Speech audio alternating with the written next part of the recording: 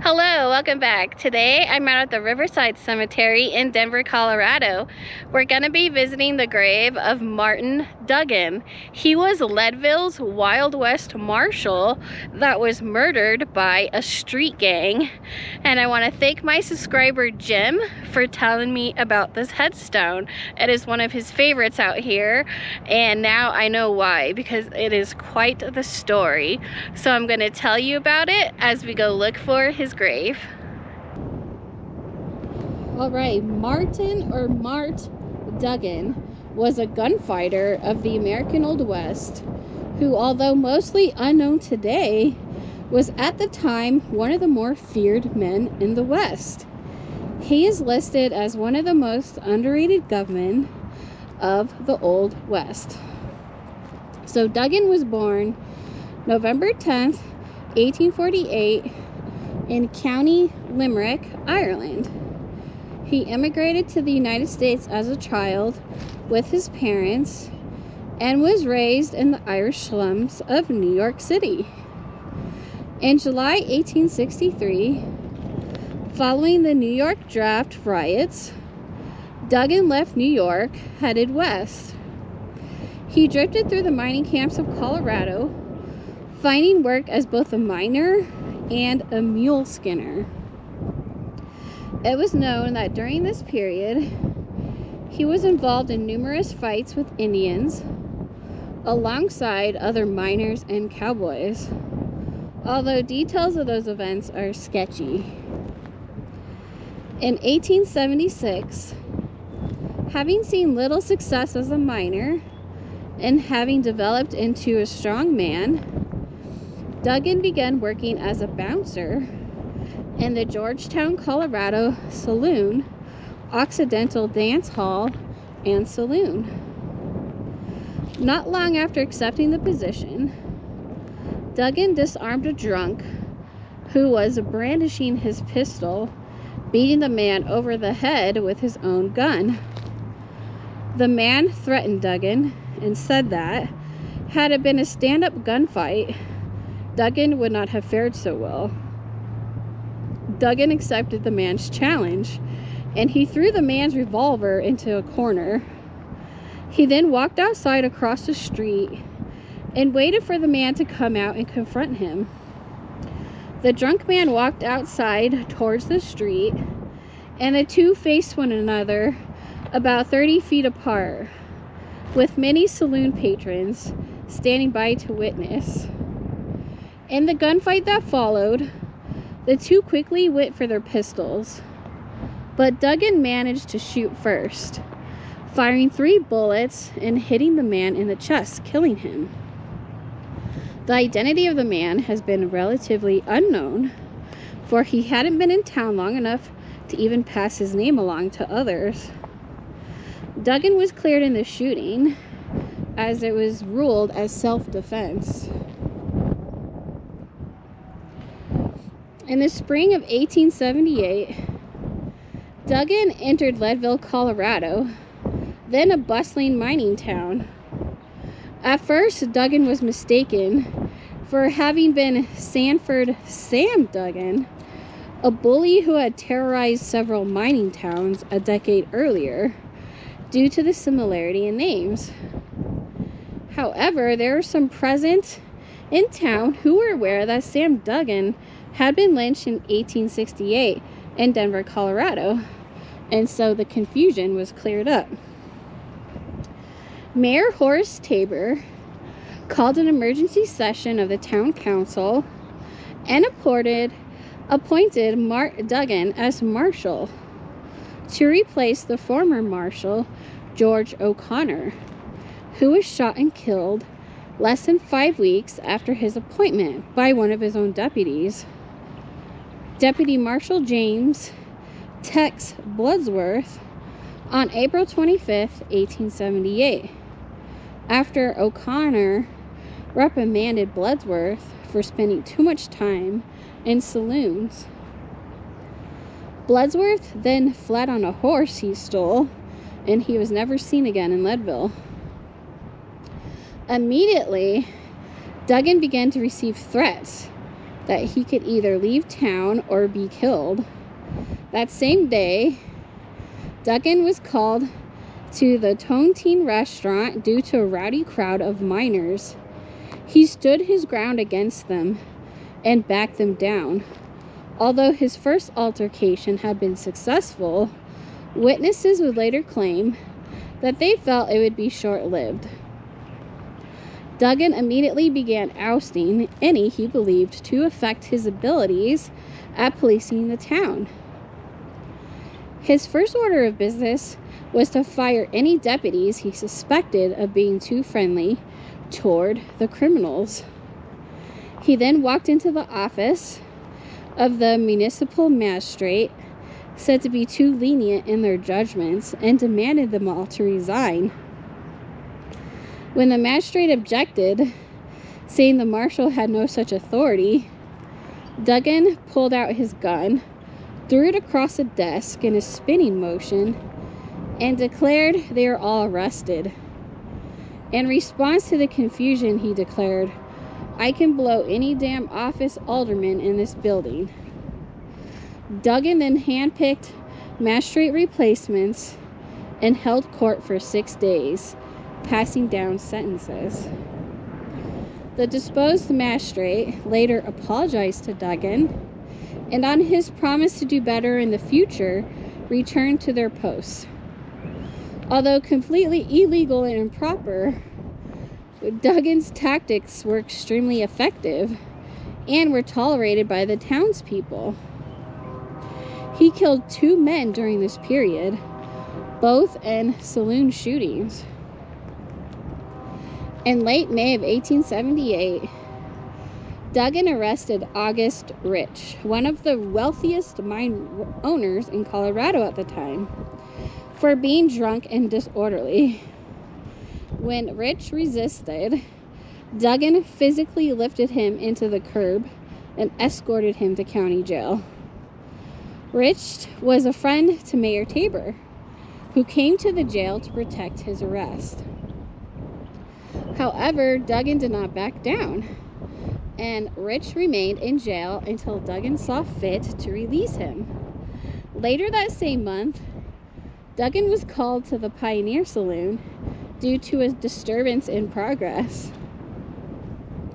Miners John Elkins, an African-American man, and Charlie Hines were quarreling over a pot at a poker game. A fight ensued, and Elkins stabbed Hines with a knife, then fled. 2 of Duggan's deputies quickly located Elkins and arrested him without incident. However, when word spread that Hines was dying, racial hatred began to spread throughout the town, and a lynch mob was formed. Duggan ran to head off the mob, who was headed for the jail. Cocking a revolver in each hand, he informed them he would kill the first man who took another step forward. The mob, numbering no less than 100 men, dissipated. Hines eventually did recover from his wound, and Elkins was found to have acted in self-defense and fled town immediately upon his release. Duggan was dismissed from duty as marshal after a February 1879 drinking binge in which he threatened passerby who looked suspicious, repeatedly waving his handgun at their faces. He was quickly reinstated when it became obvious no one could replace him at that time, given the town's rowdy status. On March 10, 1879, Bill and Jim Bush, businessmen and also friends to Mayor Tabor, became involved in a dispute on a vacant lot with Mortimer Arbuckle, another businessman, who had evidently set up his small shanty shack business on a lot belonging to the Bush brothers. In the heat of a physical exchange, Jim Bush pulled a pistol and shot Arbuckle, killing him.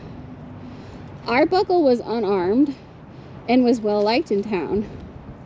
Another mob formed, intent on burning the hotel owned by Bill Bush and hanging Jim Bush.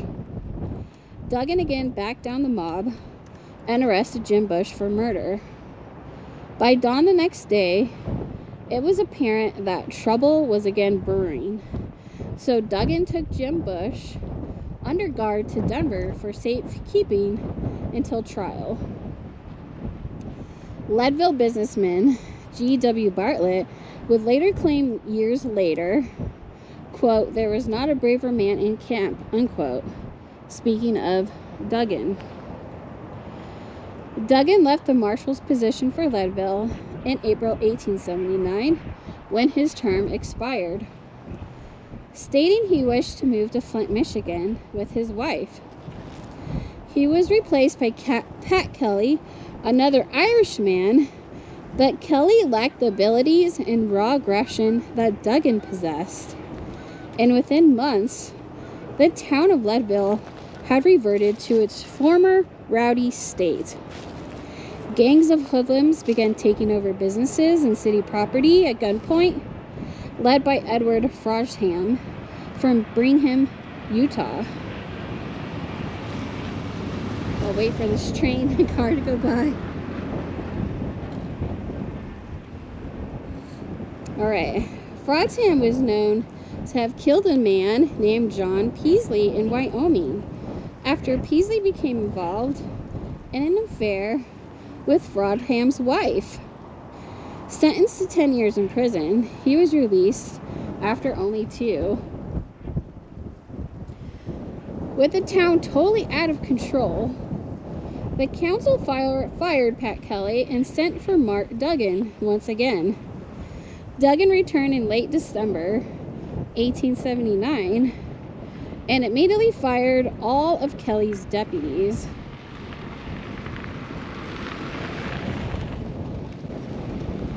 And he hired men of his own choosing.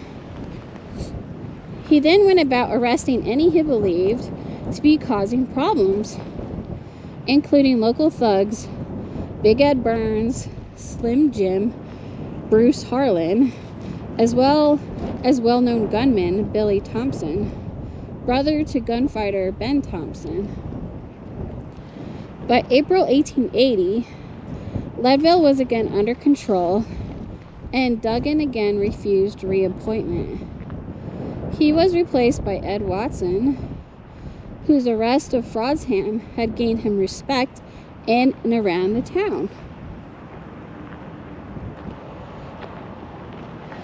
In May 1880, Duggan led several others in the employ of former Mayor Tabor to help end a miners' strike over wages, and within a month, the strike had ended.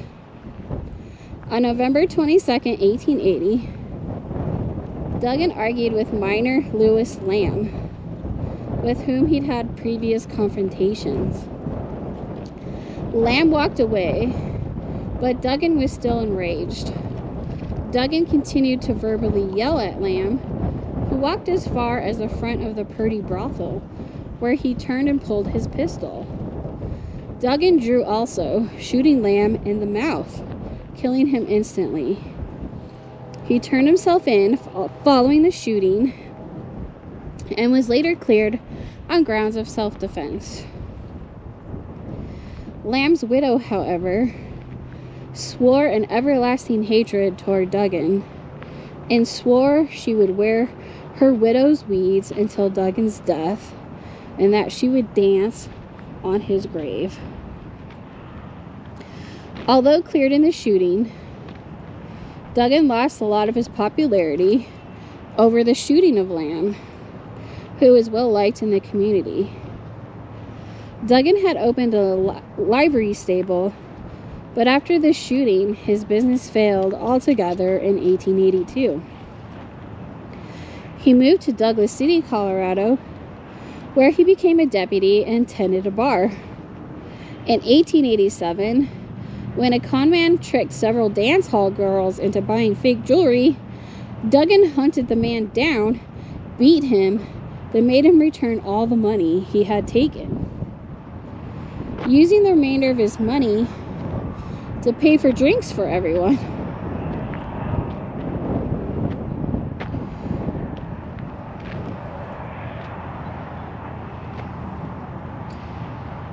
Duggan then escorted the con man out of town.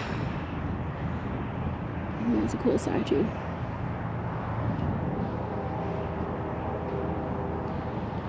The salesman immediately went to Leadville, where Duggan was not popular. He filed charges of robbery and assault against Duggan, who appeared in court to face the charges, along with a string of dance hall girls as witnesses.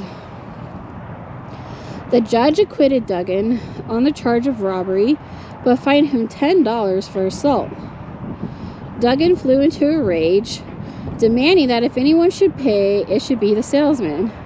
Seeing Duggan's temper, the salesman dropped the charges and fled town. Later that year, Duggan returned to Leadville to accept a job as a patrolman. However, Leadville had by this time progressed well beyond the bustling mining camp he had policed a decade earlier and had become civilized. Duggan and his techniques, however, were unchanged.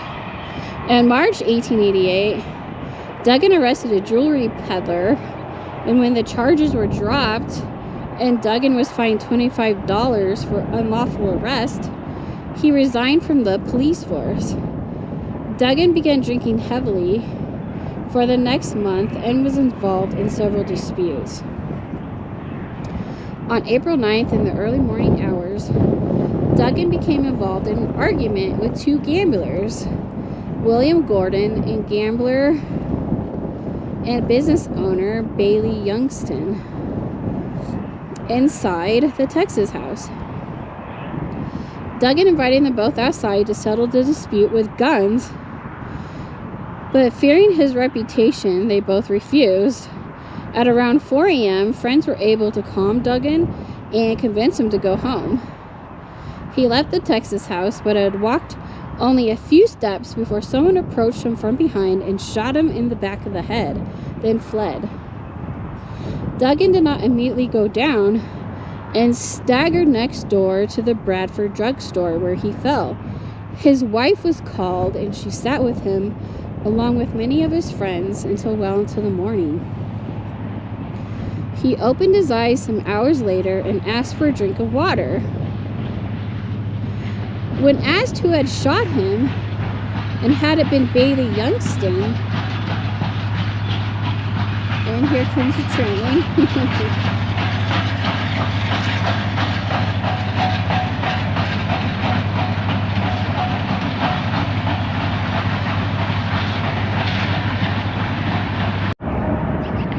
Alright, that was the longest train ever. Sorry about that, guys. Okay, when asked who had shot him and had it been Bailey Youngston, he replied, "No, and I'll die before I tell you." Duggan died at 11 a.m. on April 9th, 1888, at 39 years old. It has never been discovered why he chose to withhold the name of his killer.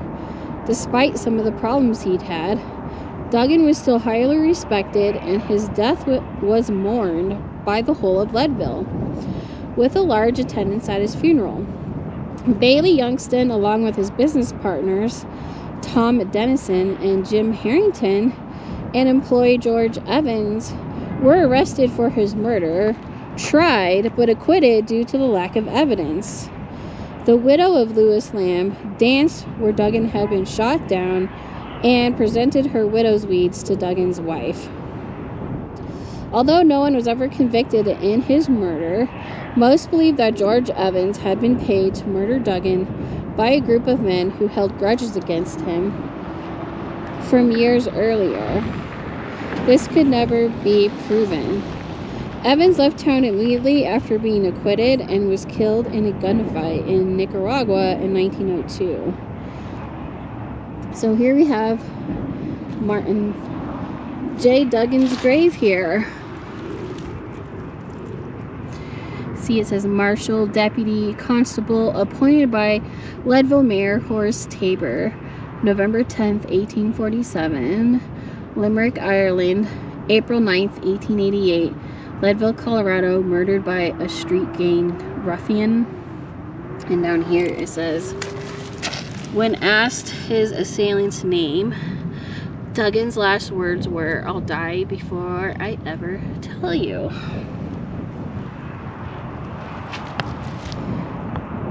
And so originally he was actually buried in an unmarked grave, and then in 2010, family members and a group of history buffs raised funds to get him this cool headstone. And I like the little story they tell on here, because he does have quite a story. There's actually like a whole book on him. He just did so much, and he was one of the most feared guys out here in the West, and straightened up the rowdy Leadville. So yeah, it's very odd. I don't know why he didn't call out his murderer. Guess we will never know, but rest in peace, Mart Duggan. And on the back here, I guess they list his family. So it says Father James, 1821 to 1883. Mother Mary, 1823 to 1880. Brother Tom, 1860 to 1885. Sister Margaret, 1866 to 1942. Sister Kate, 1861 to 1935. Married to James Midget, children of Kate and James. And then there's all the kids, Mage, George, and Joseph. It's really sweet. Hope you enjoyed that video and getting to see the grave of Mart Duggan, Leadville's Wild West Marshal.